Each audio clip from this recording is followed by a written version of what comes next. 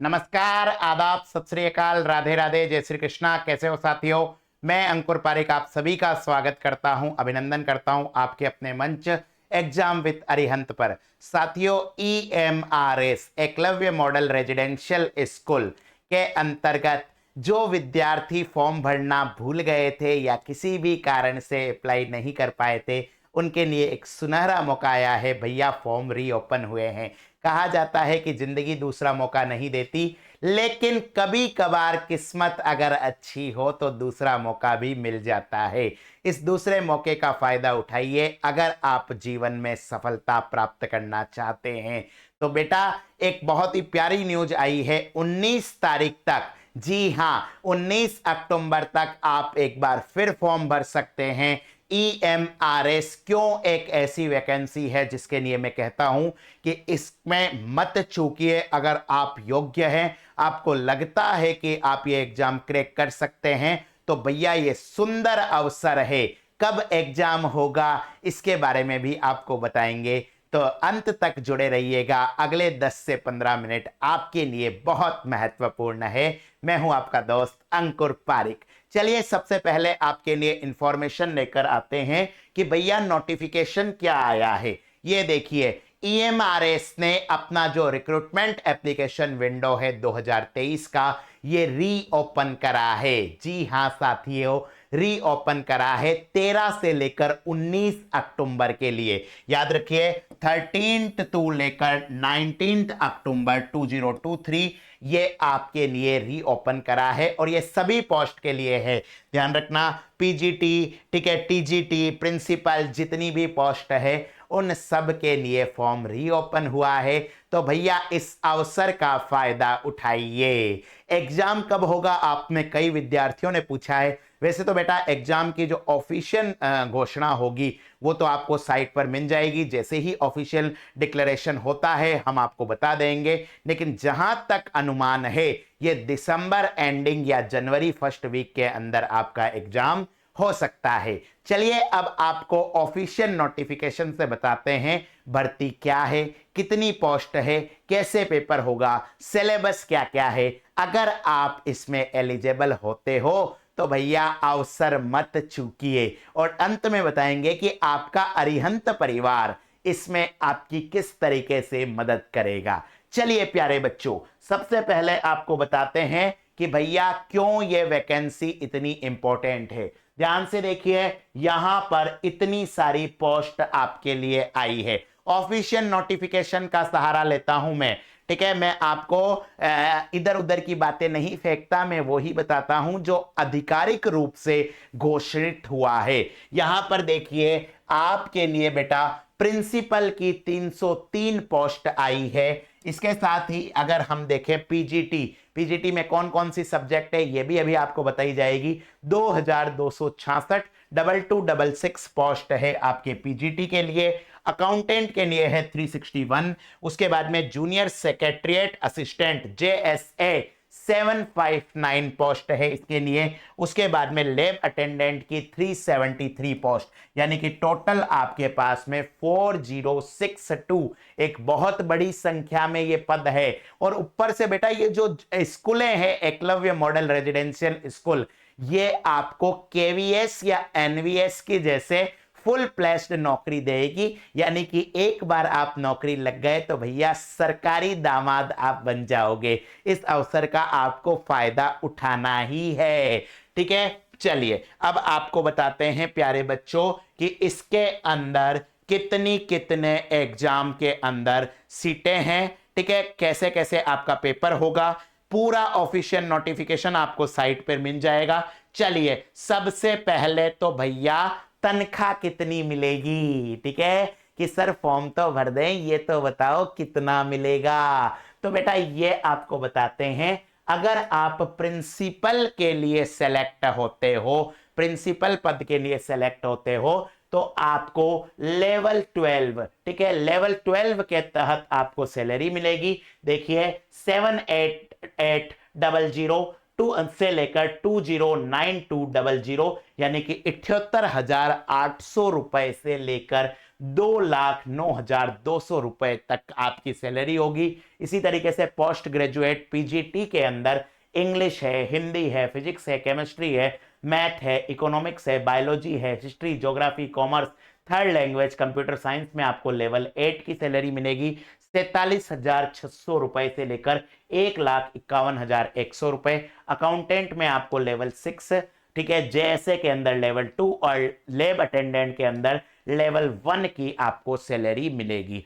अब परीक्षा कैसे होगी, मोड ऑफ एग्जामिनेशन कैसे होगा, चलिए ये भी बता देते हैं। तो भैया याद रखना, पेपर साफ साफ लिखा हुआ है, ओएमआर में पेपर आएगा। किसके अंदर आएगा? ओएमआर में आपको पेपर देना होगा, यानी कि पेन और पेपर मॉडल पर है, ऑनलाइन नहीं होगा। साफ साफ इन्होंने लिखा हुआ है ओएमआर बेस्ड आपका पेपर होगा, ठीक है। अब इसके अंदर पेपर कौन सी भाषा में होगा? सर हमको इंग्लिश थोड़ी कम समझ में आती है, क्या हम दे सकते हैं? तो निश्चित रहिए, आप बेफिक्र रहिए, पेपर आपका बाइलिंगुअल आएगा, हिंदी और इंग्लिश दोनों मीडियम के अंदर आपको प्रश्न मिलेंगे, लैंग्वेज को छोड़कर, ठीक है। तो यहां पर याद रखना हिंदी और इंग्लिश के अंदर मिलेंगे। यहां पर याद रखना कि अगर आप पीजीटी थर्ड लैंग्वेज जैसे संस्कृत का पेपर भरते हैं तो भैया संस्कृत में ही आएगी, मराठी में ही आएगी।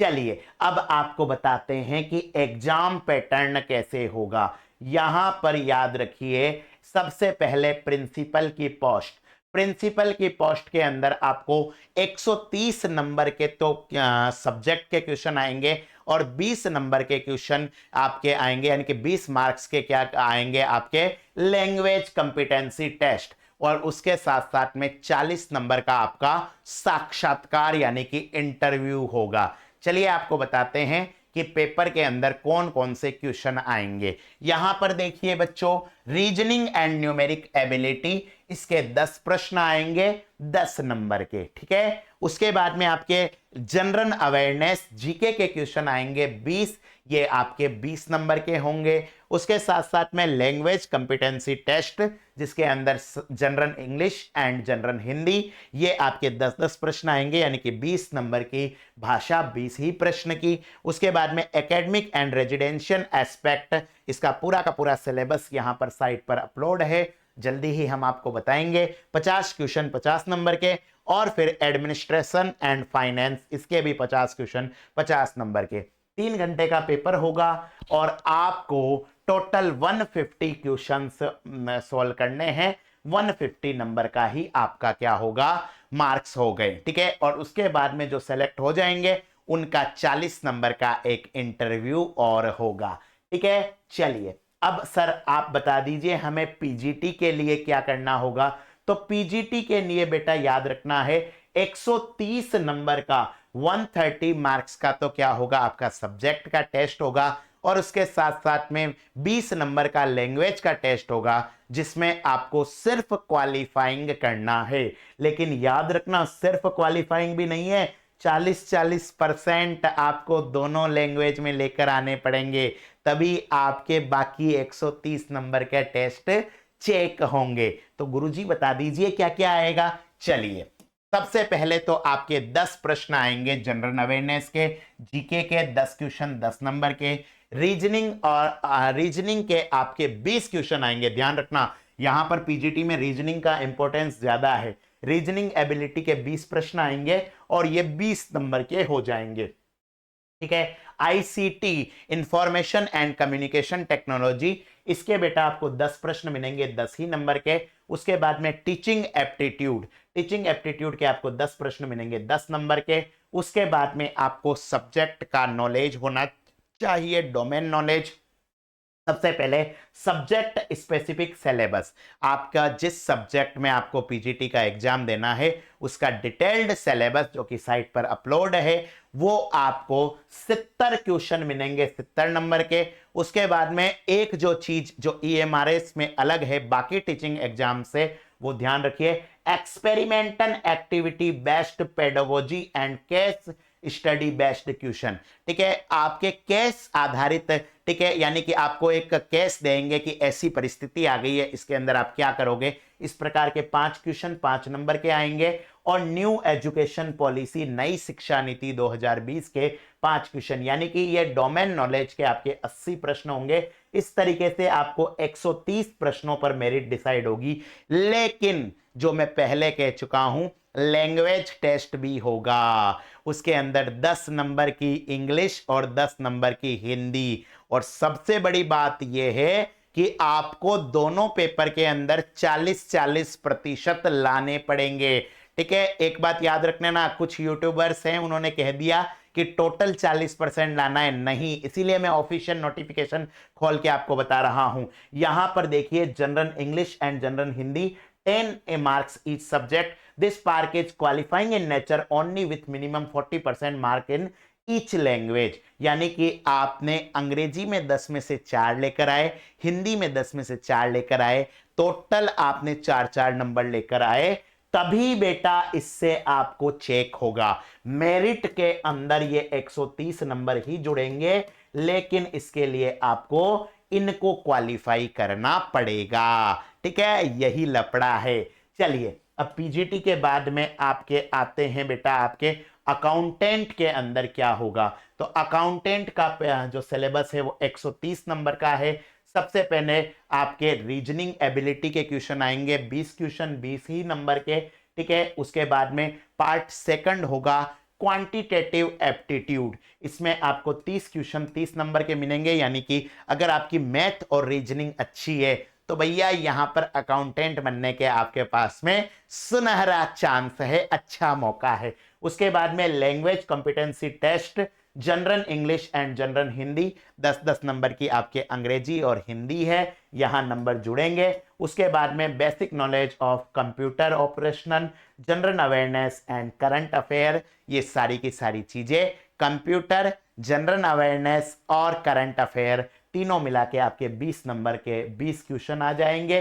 ठीक है बेटा, याद रखना है। ठीक है, 2.5 घंटे का ये पेपर होगा। और उसके बाद में जो मेन आपके है अकाउंटेंट आप बनना चाह रहे हो, तो सब्जेक्ट नॉलेज आपके 40 नंबर का होगा, जिसके अंदर क्या क्या चीजें आएगी, अकाउंटेंसी आएगी, एनुअल टैक्सेशन आएंगे, अकाउंट्स आएगी, बजट ऑडिट आएगी, फाइनेंशियल मैनेजमेंट और जीईएम। इस तरीके से 150 नंबर के 130 नंबर के 130 क्वेश्चन आएंगे और आपको टाइम कितना मिलेगा, 150 मिनट। ठीक है, 2.5 घंटे का पेपर होगा। उसके बाद में भैया जेएसए जूनियर सेक्रेटरीट असिस्टेंट के लिए आपको फिर से 130 नंबर का पेपर होगा, 150 मिनट आपको मिलेंगे, 2.5 घंटे मिलेंगे। चलिए अब देखते हैं कि क्या क्या इसका सिलेबस है। ठीक है, सबसे पहले तो यहां पर रीजनिंग एबिलिटी 20 क्वेश्चन 20 नंबर के, क्वांटिटेटिव एप्टीट्यूड 20 क्वेश्चन 20 नंबर के, general awareness GK 30 question 30 number के, लैंग्वेज कॉम्पिटेंसी टेस्ट यहां पर इंग्लिश और हिंदी आपके 15-15 नंबर की आएगी, 30 क्वेश्चन 30 नंबर के, और basic knowledge of computer operation 30 question 30 number के। इस तरीके से 130 नंबर के 130 प्रश्न आएंगे। उसके बाद में आपका होगा टाइपिंग टेस्ट। ये टाइपिंग टेस्ट आपके कंप्यूटर पे होगा, 50 नंबर का ये टाइपिंग टेस्ट होगा। इसके अंदर आपको 20 नंबर पासिंग मार्क्स लेना आना होगा, यानी कि कम से कम 20 नंबर लाओगे तभी आपने जो रिटर्न में पास करा है उसका आपको महत्व मिलेगा। ठीक है, फिर आता है लैब अटेंडेंट। लैब अटेंडेंट का पेपर होगा आपके 120 नंबर का, रीजनिंग 15 क्वेश्चन 15 नंबर के, जनरल अवेयरनेस 15 क्वेश्चन 15 नंबर के। उसके बाद में लैंग्वेज इंग्लिश और Hindi 15-15 question, total 30 question 30 number के, और subject specific knowledge physics chemistry biology 60 प्रश्न 60 नंबर के। ठीक है बेटा, चलिए यहां पर याद रखना है आपको हर प्रश्न सभी के अंदर, चाहे वो प्रिंसिपल हो, पीजीटी हो या नॉन टीचिंग स्टाफ हो, हर प्रश्न 1 नंबर का होगा। हर 4 प्रश्न पर 1 माइनस हो जाएगा, यानी कि 1/4 आपके माइनस मार्किंग है, ऋणात्मक अंकन है। और इस तरीके से आपको ये ओएमआर शीट बननी है। सिलेबस आपको emrs.tribal.gov.in के अंदर उपलब्ध है।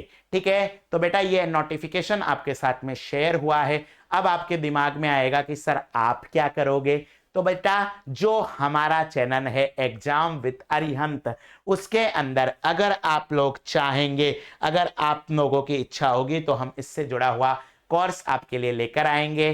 ठीक है, जल्द ही हमारी बुक्स भी आने वाली है, तो आप हमारे साथ में जुड़े रहिए। जो बच्चे पहली बार इस चैनल के अंदर आए हैं वो वीडियो को शेयर करिए।